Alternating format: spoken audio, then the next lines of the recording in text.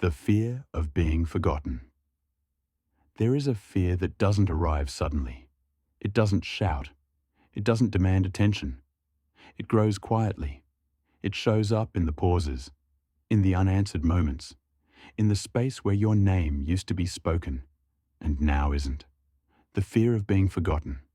Not forgotten in a dramatic way, not erased all at once, but slowly. Forgotten in conversations that move on without you. Forgotten in routines that no longer need your presence. Forgotten in decisions where no one asks what you think anymore. And the hardest part is that you don't complain. You smile. You understand. You tell yourself everyone is busy. But inside, something tightens because you remember everything. You remember when you mattered more, when your voice carried weight, when your absence would have been noticed. You're not afraid of being alone. You're afraid of becoming optional, of turning into someone people care about, but don't quite remember to reach for.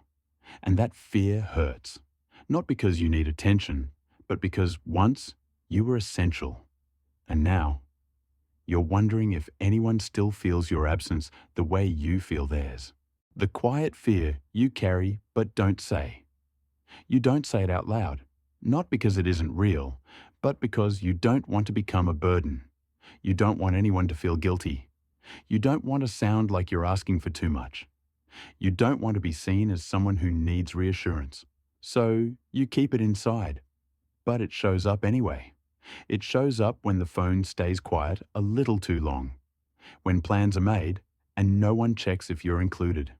When something important to you is forgotten. Not maliciously, just casually. It shows up when you realize you're no longer the first person they think of. Sometimes not even the second. And you tell yourself it's fine. That this is just how life goes. That people are busy. That you should understand. But your heart feels the difference. Because you remember everything. You remember every birthday you never missed. Every time you showed up when someone needed you. Every sacrifice you made quietly, without expecting anything back. Now, love feels different. You give it gently. You receive it inconsistently. And that imbalance creates a fear you don't know how to name. You're not asking to be the center of anyone's world. You're not asking for constant attention. You're only asking, silently, to still matter, to still be remembered, to not feel like your place in someone's life is slowly fading without anyone noticing. That fear doesn't make you weak. It means you loved deeply. Why this fear grows stronger after 60. As you grow older, this fear doesn't come out of nowhere. It grows because something inside you changes. Not because you become weaker, but because you become more aware.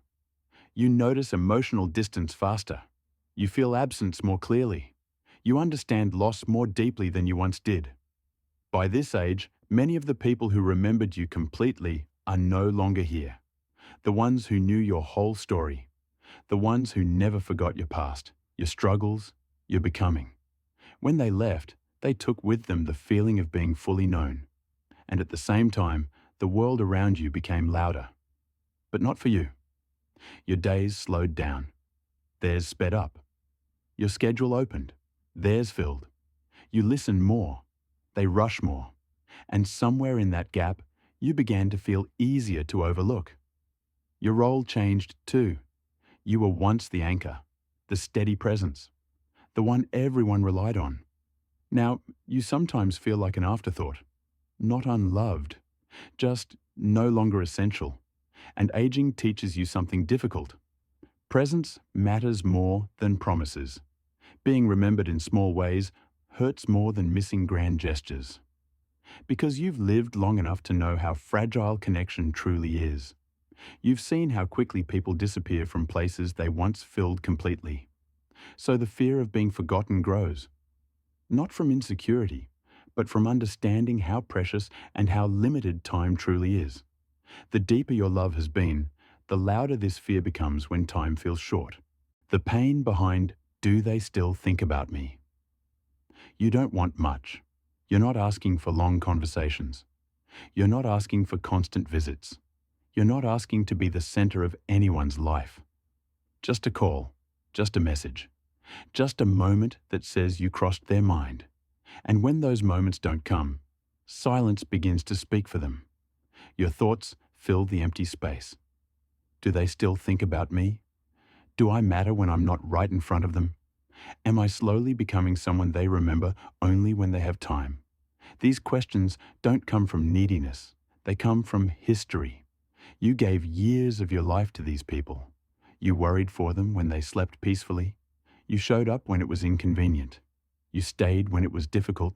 You didn't love halfway. So when distance appears, it doesn't just feel like change. It feels like erasure.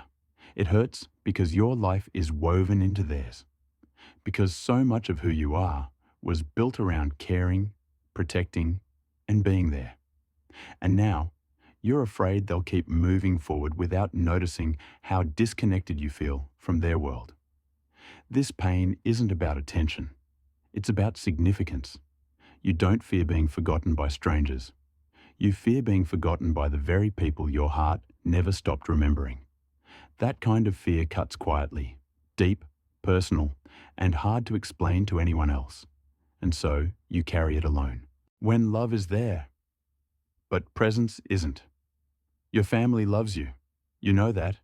There are kind words. There are hugs when you meet. There are moments that look warm from the outside, and yet something still feels missing.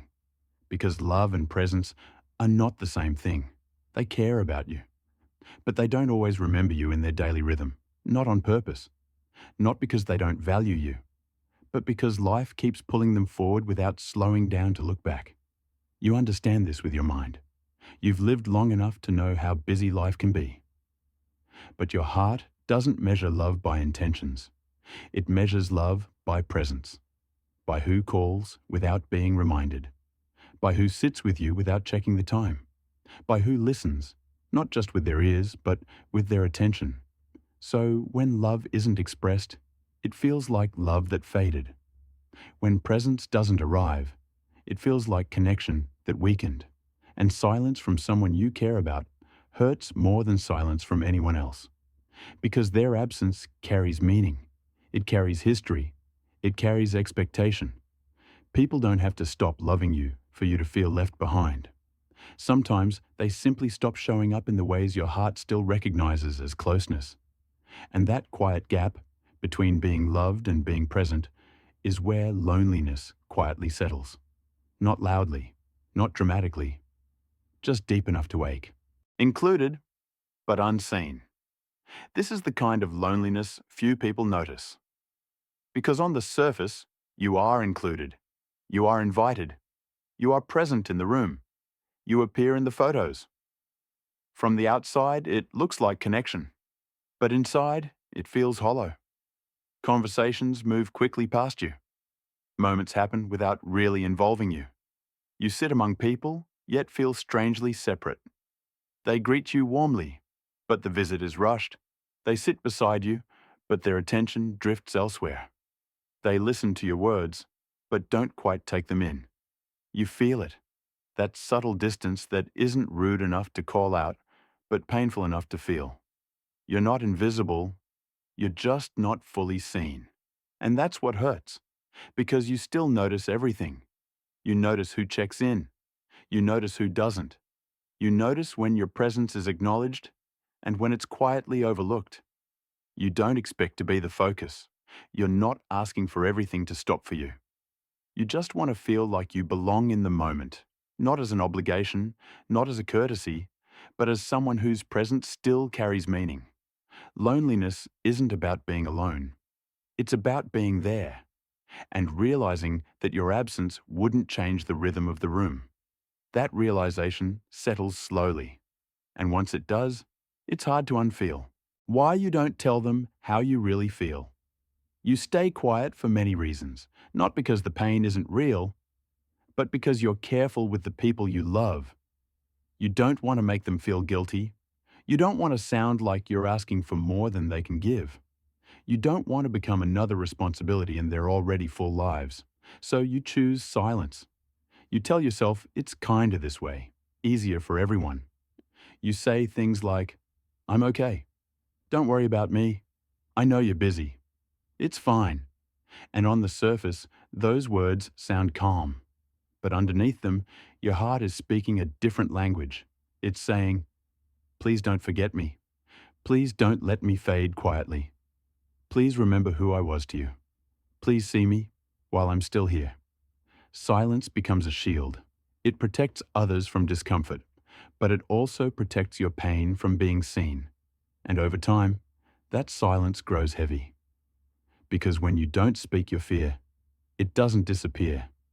It turns inward. It becomes doubt. It becomes sadness. It becomes the quiet belief that maybe your needs no longer matter. You're not silent because you have nothing to say. You're silent because you don't want to lose the little connection that still exists. So you hold everything inside, hoping love will notice what words never asked for. And that waiting is its own kind of loneliness, softening the fear of being forgotten.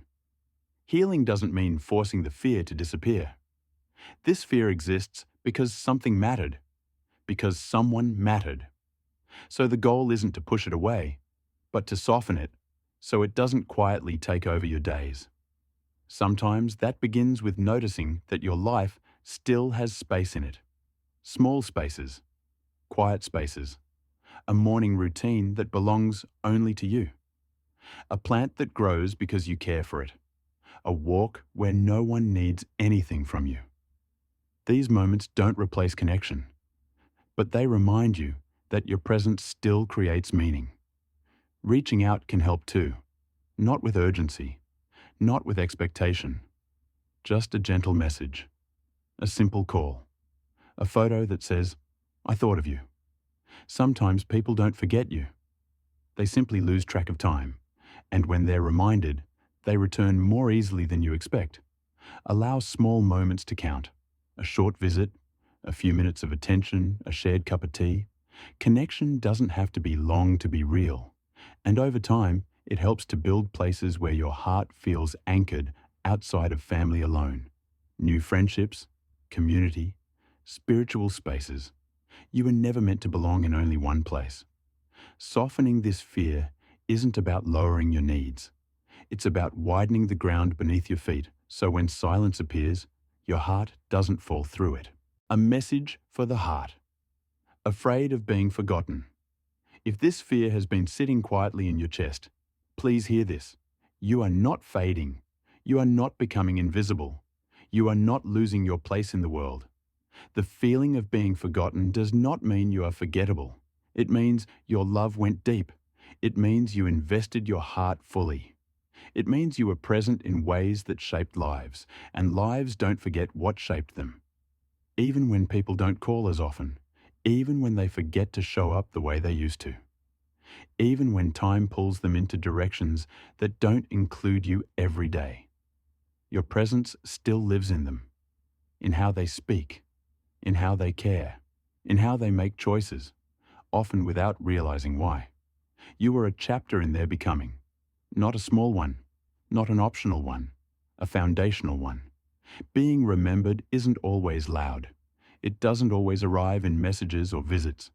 Sometimes it exists quietly, in the values you passed on, in the safety you once gave, in the love that taught them how to love others. You are not alone in this fear, and you are not forgotten. You are here. You still matter, and your story is not finished, not even close.